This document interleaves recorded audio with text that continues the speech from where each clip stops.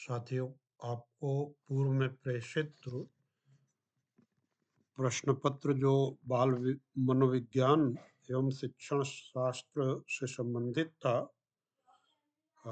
उसका हल एक व्याख्यात्मक हल प्रस्तुत है साथियों। इसमें 1 से 30 तक प्रश्नों के उत्तर आपने दिए होंगे, तो उसी के क्रम में ये व्याख्यात्मक हल है। इसमें पहला प्रश्न है, एक भाषा के अर्जन एवं विकास के लिए सर्वाधिक संवेदनशील अवधि। तो साथियों, जो भाषा का अर्जन बालक में होता है, वो छोटे-छोटे शब्दों का निर्माण, वो जो माँ से प्रारंभ करता है, फिर धीरे-धीरे शब्दों का निर्माण करता है, छोटे वाक्य बोलना प्रारंभ करता है। तो ये साथियों 6 वर्ष की अवस्था तक ये चालू, मतलब ये कह लीजिए कि 3 वर्ष से 6 वर्ष की अवस्था जो होती है, जो प्रारंभिक बाल्यावस्था है, वो सबसे ज़्यादा उपयुक्त है भाषाई विकास के लिए। यहाँ पर बच्चा छोटे-छोटे वो अर्थ, छोटे-छोटे शब्द और वाक्यों का प्रयोग करते हुए सार्थक वाक्य बनाने लगता है और उसका भाषाई विकास होता है। साथियों, आपने देखा है कि जो जीन पियाजे की दूसरी अवस्था है, यानी पूर्व संक्रियात्मक अवस्था जो 2 से 7 वर्ष के बीच है, वो भी भाषा की ही अवस्था कही कही जाती है, जो प्रारंभिक बाल्यावस्था से मित्रों जुड़ी है। तो ये पहले का दूसरा विकल्प बिल्कुल सटीक सही होगा।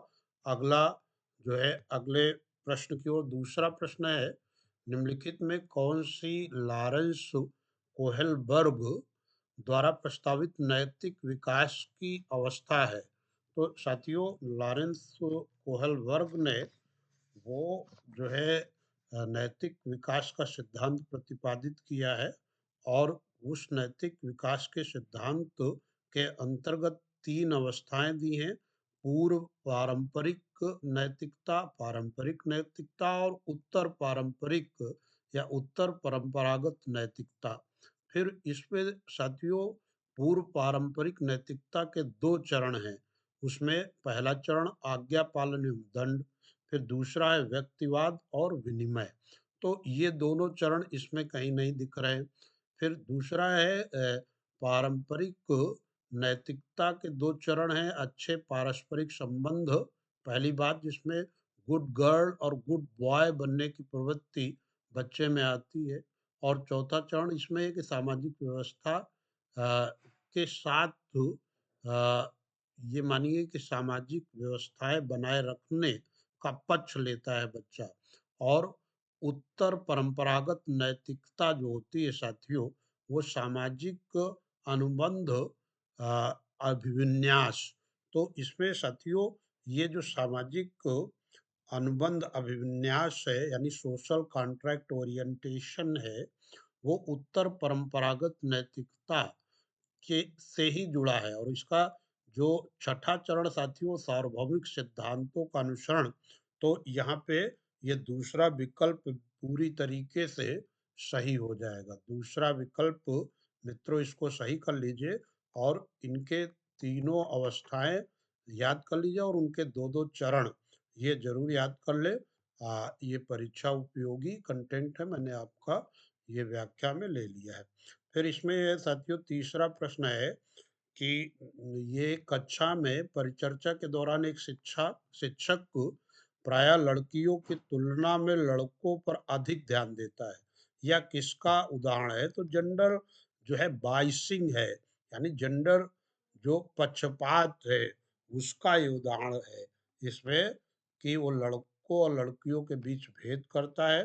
तो जेंडर पक्षपात है, जिसमें लड़कों को वो अधिक वरीयता देता है। तो ये साथियों पहले तीसरे का पहला ही सही है। अगला चौथे प्रश्न को देखते हैं मित्रों। चौथा प्रश्न है, वो भी जेंडर रूढ़िवादिता से संबंधित है। और ये साथियों, ये प्रश्न ऐसा है कि हर प्रश्न पत्र में एक जेंडर रूढ़िवादिता या जेंडर भूमिका की अनुरूपता जो स्टीरियोटाइपिंग है यानी जेंडर, तो उससे आता है। तो यहाँ पे है कि जेंडर रूढ़िवादिता या जेंडर भूमिका अनुरूपता को कम करने के लिए निम्नलिखित में कौन सी पद्धति प्रभावशाली है? एक, जेंडर पक्षपात के बारे में परिचर्चा करना। तो परिचर्चा से तो और बढ़ेगा जो जेंडर डिस्क्रिमिनेशन है, तो ये विकल्प नहीं सही है। दूसरा, जेंडर विशिष्ट भूमिकाओं को महत्व देना, यानी विशिष्ट भूमिकाओं को महत्व देना और ये दिखाना कि जो है पुरुष और महिला वो एक दूसरे के पूरक हैं, वो विकास रूपी गाड़ी के दो पहिए हैं और दोनों की ही भूमिका महत्वपूर्ण है। तो ये साथियों, ये दूसरा विकल्प पूरी तरीके से सेट है। जेंडर विशिष्ट भूमिकाओं यानी दूसरा विकल्प आप इसे सही करें। अगला मित्रों, अगला जो है प्रश्न पांचवा है। पांचवें प्रश्न की ओर ये देखिए, इसमें साथियों पांचवा है कि निम्नलिखित में से किस मनोवैज्ञानिक ने बच्चों को ज्ञान के सक्रिय जिज्ञासु के रूप में देखते हुए उनमें उनके चिंतन पर सामाजिक एवं सांस्कृतिक विषय वस्तुओं के प्रभाव को महत्व दिया? तो साथियों, सामाजिक एवं सांस्कृतिक विकास का सिद्धांत ये लेव वायगोस्की से जुड़ा है। वो जो है कहते हैं हमारे स्वयं का विकास दूसरों के द्वारा होता है। लेव वायगोस्की का मानना है कि बच्चा समाज और संस्कृति से सीखता है। ये रूसी मनोवैज्ञानिक इन पर जो है आप हमारा वीडियो देख सकते हैं जिसमें विधिवत इस पर जो है चर्चा खूब हुई है। तो मित्रों, अगले छठे प्रश्न के हल की ओर हम लोग बढ़ेंगे। छठा प्रश्न है कि जिग्सा पहेली को करते समय 5 वर्ष की नज्मा स्वयं से कहती है, नीला टुकड़ा कहाँ है? नहीं, यह वाला नहीं है, गाढ़े रंग वाला, जिससे यह जूता पूरा बन जाएगा। तो ये इस प्रकार की वार्ता को वायगोस्की संबोधित करते हैं। तो साथियों, इस प्रकार की वार्ता को वायगोस्की व्यक्तिगत वार्ता कहते हैं, जब वो स्वयं से ही बातचीत कर रही है बालिका, और ऐसा बहुत लोग करते हैं काम करते समय। तो ये इसको व्यक्तिगत वार्ता के रूप में लेव वायगोस्की इसे मानते हैं। तो छठे का साथियों पहला सही है उत्तर। अगले प्रश्न की ओर हम लोग चलेंगे। अगला है सातवां प्रश्न है मित्रों, बच्चों को संकेत देना तथा आवश्यकता पड़ने पर सहयोग प्रदान करना निम्नलिखित में से किसका उदाहरण है? तो साथियों, ये उदाहरण है स्कैफोल्डिंग का, कि जब हम जो है बच्चे को सहयोग यानी मचान या पाड़ जिसे आप कहते हैं ढांचा, जैसे बिल्डिंग का निर्माण होता है कि पहाड़ बना करके हम ऊपर दीवार की चुनाई करते जाते हैं, वैसे ही ज्ञान रूपी इमारत जो बनती है बच्चों की, वो जो है किसी के सहयोग से बनती है। तो इसी प्रक्रिया को पाड़ या ढांचा कहा गया है साथियों। ये लेव वायगोस्की के सिद्धांत में है। ये चौथा विकल्प मित्रों बिल्कुल सही है। सातवें का चौथा विकल्प आप लगाइए। तो ये चौथा विकल्प सही कर लीजिए। अगले उस पे हम लोग चलेंगे आठवें प्रश्न के उत्तर की ओर। और ये जो है आठवां प्रश्न है कि निम्नलिखित व्यवहार में कौन सा जीन पियाजे द्वारा प्रस्तावित मूर्त संक्रियात्मक अवस्था यानी कंक्रीट ऑपरेशनल स्टेज से जुड़ी है? तो कंक्रीट ऑपरेशनल स्टेज साथियों वो 7 से 11 वर्ष होती है। और इस अवस्था में बच्चे में आप जानते हैं विशेषताएं आ जाती है संरक्षण संबंधी। संरक्षण संबंधी मतलब कि वो पहले के ज्ञान को जो है वर्तमान से जोड़ने लगता है। वो कंजर्वेशन ऑफ नॉलेज और कक्षा समावेशन यानी क्लास इंक्लूजन जैसी बातें आने लगती हैं। और यहाँ पर वो विभेदीकरण, वर्गीकरण, वो जो है ये जो भार का अनुपात वो सही समझने लगता है। ये चीजें सब साथियों जो स्थूल संक्रियात्मक अवस्था है या मूर्त संक्रियात्मक अवस्था है, उसकी विशेषता है साथियों। जीन पियाजे पर एक बड़ा अच्छा वीडियो हमने बनाया है, आप इसको जो है विधिवत क्लियर करने के लिए आप उसको सुन सकते हैं और सभी चारों अवस्थाओं के संदर्भ में हमने सभी उनकी विशेषताओं का उल्लेख किया है। अगले उस पे हम लोग चलेंगे, 9वें प्रश्न को देखते हैं। 9वां प्रश्न है, बच्चों के संज्ञानात्मक विकास के संदर्भ में निम्नलिखित में कौन सी पियाजे की संरचना है? तो साथियों इसके संदर्भ में संज्ञानात्मक विकास के संदर्भ में पियाजे ने स्कीमा, समायोजन और वो जो है साम्य धारणा, ये चीज़ें विकसित की है। तो स्कीमा जो है ना साथियों, आत्मसात्वीकरण भी है उनका, यानी एसिमिलेशन। तो ये 4 इस पे बड़ी अच्छी व्याख्या की गई है। स्कीमा क्या होता है कि वो जो प्राप्त बच्चे को द्वारा प्राप्त ज्ञान है, वो मस्तिष्क में व्यवस्थित और संगठित होने लगता है, वही स्कीमा है। आत्म सात्विकरण क्या होता है कि नए ज्ञान को वो समाहित करता है, जबकि समायोजन क्या है कि वो जो है जब पूर्व का ज्ञान मेल नहीं खाता तो बच्चा उसका समायोजन करने लगता है। तो आत्म सात्विकरण और समायोजन की प्रक्रिया के अंततः वो जो है साम्य धारणा की ओर चला जाता है। यहाँ पर जो है इसमें विकल्प है साथियों, वो नवा विकल्प एग्जैक्टली सही है, यस एस्कीमा। अगले पॉइंट पे हम लोग चलेंगे। अगला पॉइंट है मित्रों, 10वां है, आकलन का प्राथमिक उद्देश्य होना चाहिए। एक विद्यार्थियों के लिए श्रेणी निश्चित करना ये गलत है, ये निगेटिव है। श्रेणी जो है बनाना वो गलत है कक्षा में।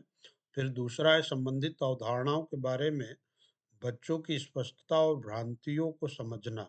यही विकल्प सही है, क्योंकि विद्यार्थियों के प्राप्तांकों के आधार पर उनका नामांकन, ये कुछ नहीं, रिपोर्ट कार्ड में उत्तीर्ण अनुत्तीर्ण अंकित करना, ये सब बिल्कुल नहीं है साथियों। ये प्राथमिक उद्देश्य ये होता है आकलन का कि जो कुछ भी विषय वस्तु पढ़ाई गई है तो उसमें उनकी स्पष्टता क्या रही बच्चे की, और कहाँ पर क्या भ्रांतियां रह गई, अर्थात दूसरा विकल्प एग्जैक्टली सही है।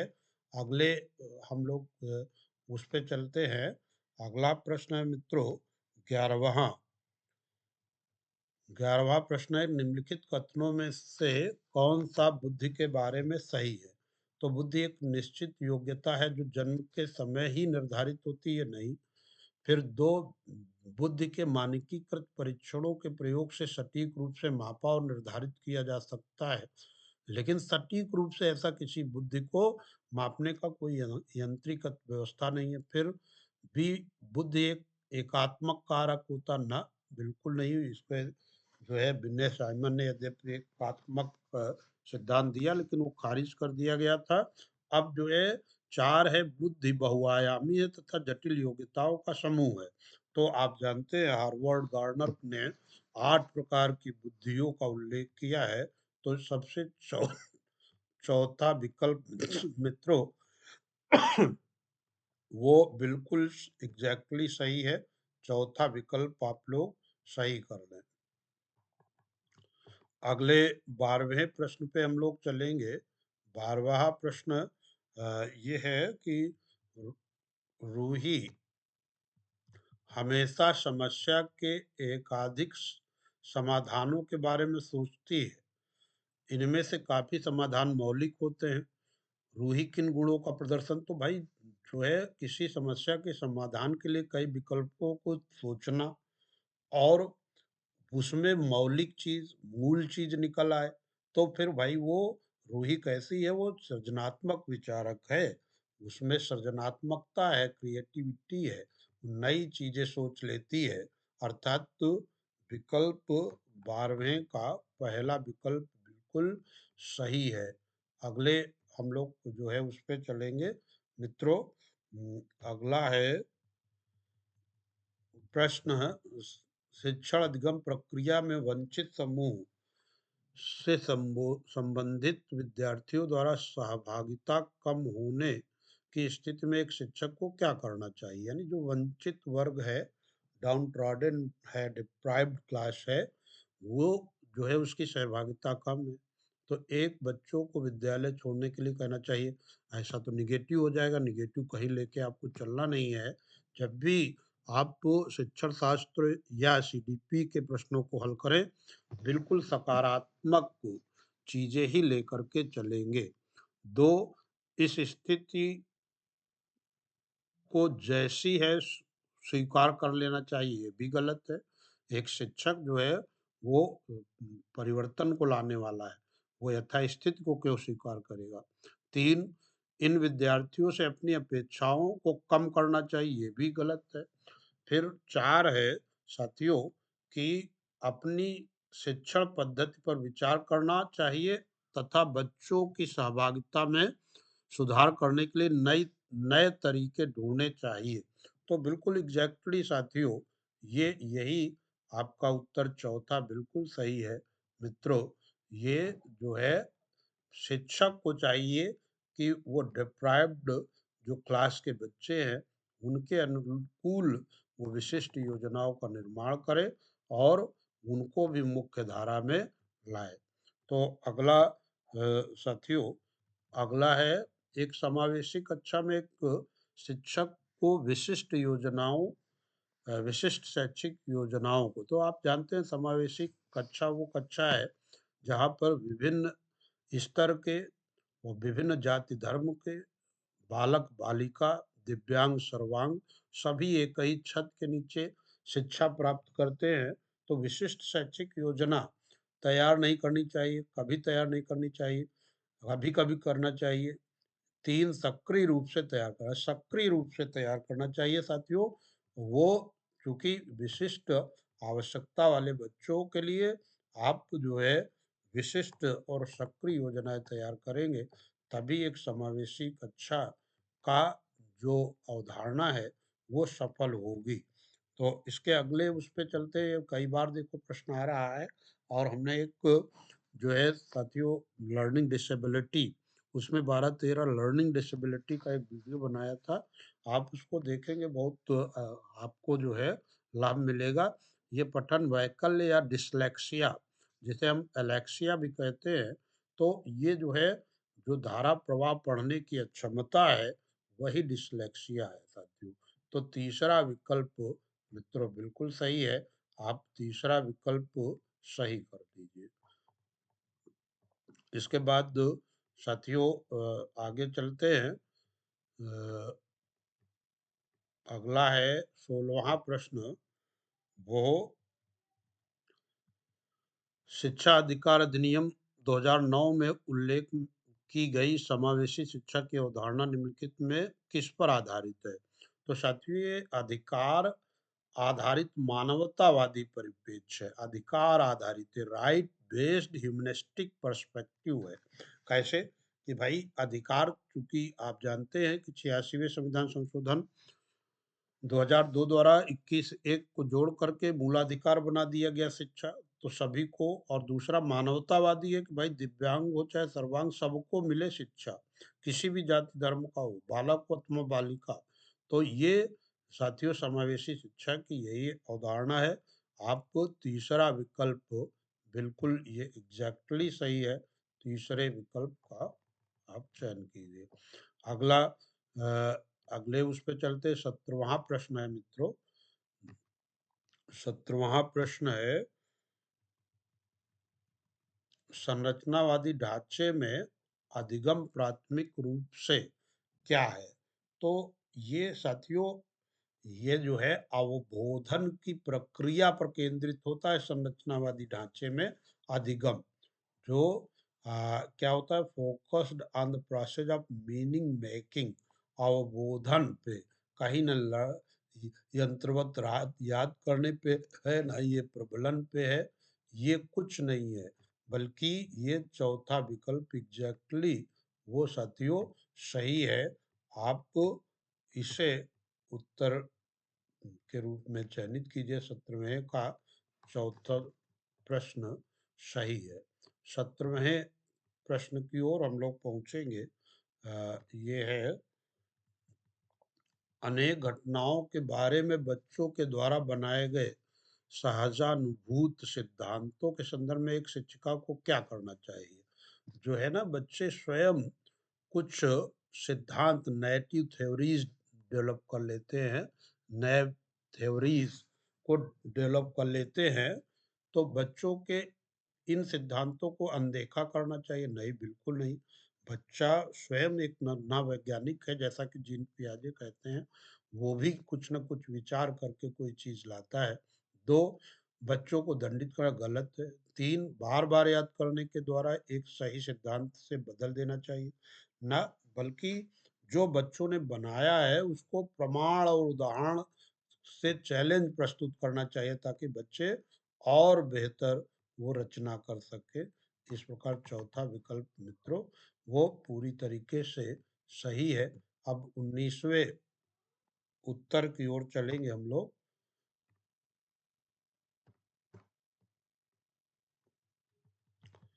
छात्र केंद्रित शिक्षा छात्र शास्त्र की क्या विशेषता है? तो साथियों, जो चाइल्ड सेंटर्ड पेडागॉजी ये प्रमोट्स करता है, एक केवल पाठ्यपुस्तकों पर निर्भर होना, ये बिल्कुल गलत है। 2, बच्चों के अनुभवों को प्रमुखता देना, बस यही विकल्प सही है। जो बच्चे, उनका अनुभव है, उनको प्रमुखता अगर आप देते हैं, तो वही चाइल्ड सेंटर्ड पेडागॉजी होगी। यानी बच्चे को हम एक जिज्ञासु अन्वेषणकर्ता के रूप में यदि लेते हैं, तो वही चाइल्ड सेंटर्ड कक्षा होगी। साथियों, अगले उस पर हम लोग चलेंगे, संवेग और संज्ञान। संवेग यानी इमोशंस और कॉग्निशन, ये क्या एक दूसरे से, तो साथियों, ये संवेग और संज्ञान एक दूसरे, पहले तो छोटे बच्चों में थोड़ा सा अलगाव दिखता है, लेकिन बाद में ये दोनों चीजें एक साथ चलती सन्निहित होते हैं।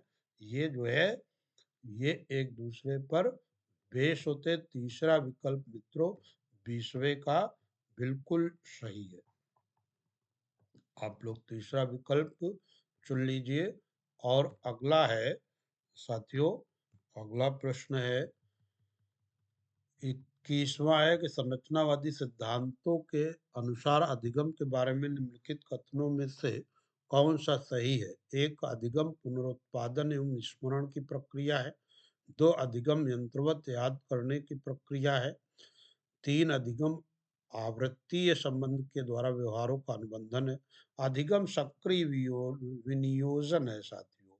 ये जो है, learning is the process of construction of knowledge by active engagement. ये सक्रिय रूप से, तो साथियों चौथा विकल्प बिल्कुल सही है।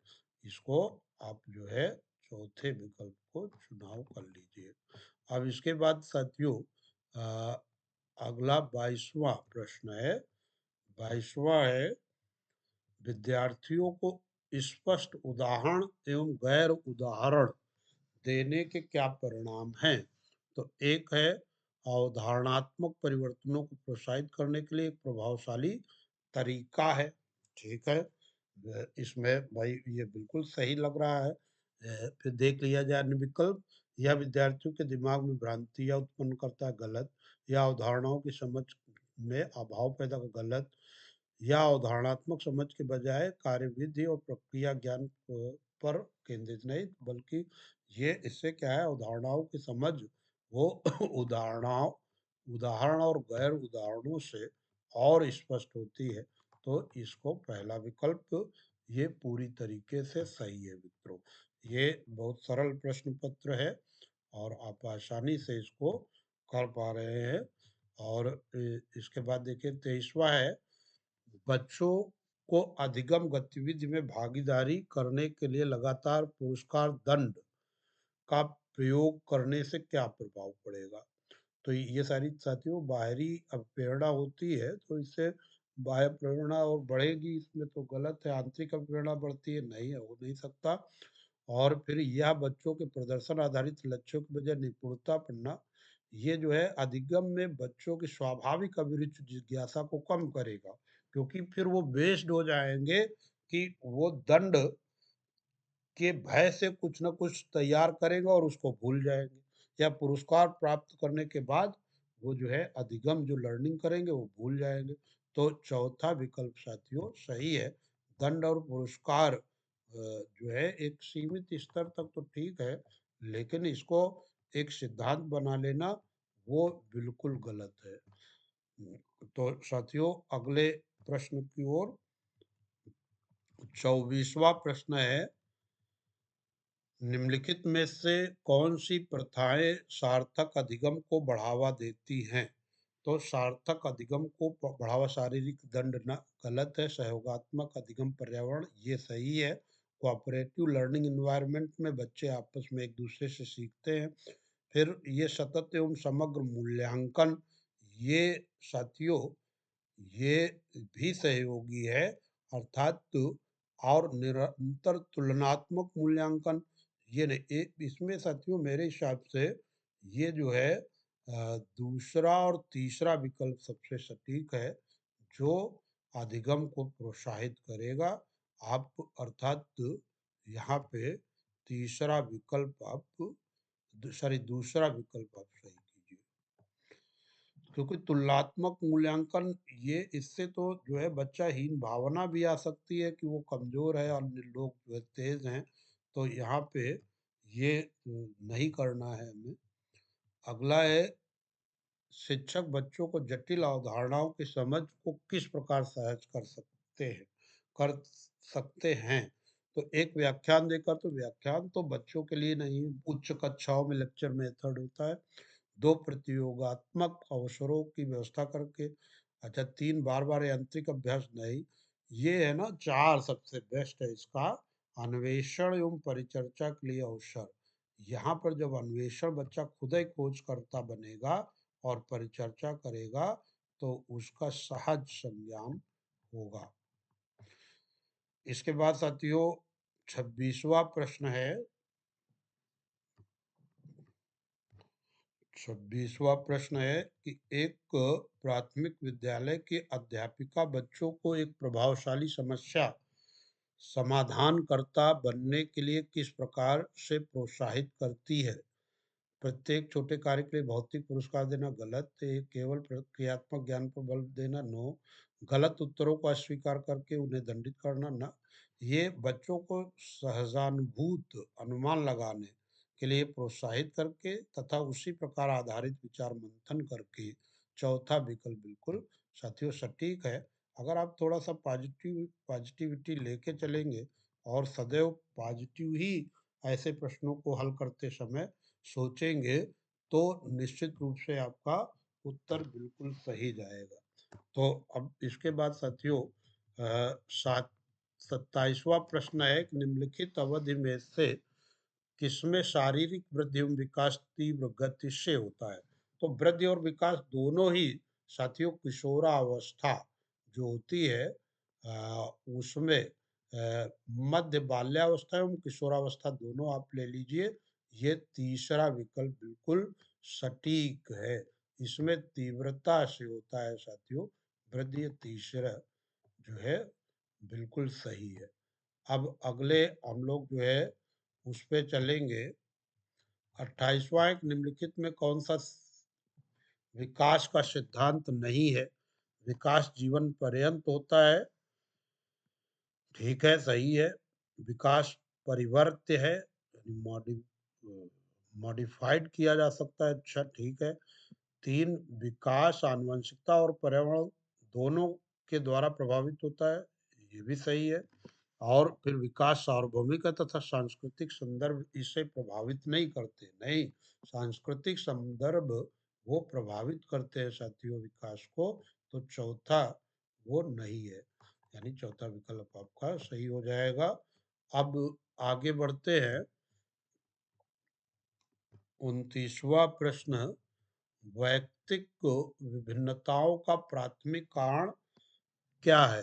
तो एक, लोगों के द्वारा माता पिता से प्राप्त आनुवांशिक संकेत पद्धति, अच्छा ठीक है, लोगों को मतलब प्राथमिक कारण। फिर दो, जन्मजात विशेषताएं। तीन, पर्यावरणीय प्रभाव। तो साथियों ये पर्यावरणीय प्रभाव और आनुवांशिक कारक दोनों प्रभावित करते हैं। तो यहाँ तो ये बिल्कुल स्पष्ट उत्तर इसका है, चौथा विकल्प बिल्कुल सही है। और अंतिम प्रश्न है 30वां साथियों, यहाँ पर क्या होता है ये कह रहे हैं कि निम्नलिखित में से कौन-सा द्वितीयक सामाजीकरण एजेंसी का उदाहरण है? तो द्वितीयक देखिए आपका जो परिवार होता है, पड़ोस होता है, ये सब क्या होते हैं प्राथमिक होते हैं। बच्चा यानी उसकी प्रथम शिक्षिका उसकी माँ है और प्रथम पाठशाला उसका परिवार है, वहाँ से ही वो सीखता है। लेकिन विद्यालय और मीडिया ये सब सेकेंडरी सोर्स होते हैं। ये सामाजिकरण के दूसरे सोर्स होते हैं अर्थात ये तीसरा विकल्प बिल्कुल सही है। तो साथियों ये जो है हल संपन्न होता है। आप लोग अपने जो है उत्तर जितने आपने सही किए हो ग्रुप पर डालें और जो है निश्चित रूप से आप लोगों के बहुत अच्छे अंक आए होंगे। ऐसी आशा है। तब तक के लिए साथियों जय हिंद, जय शिक्षक।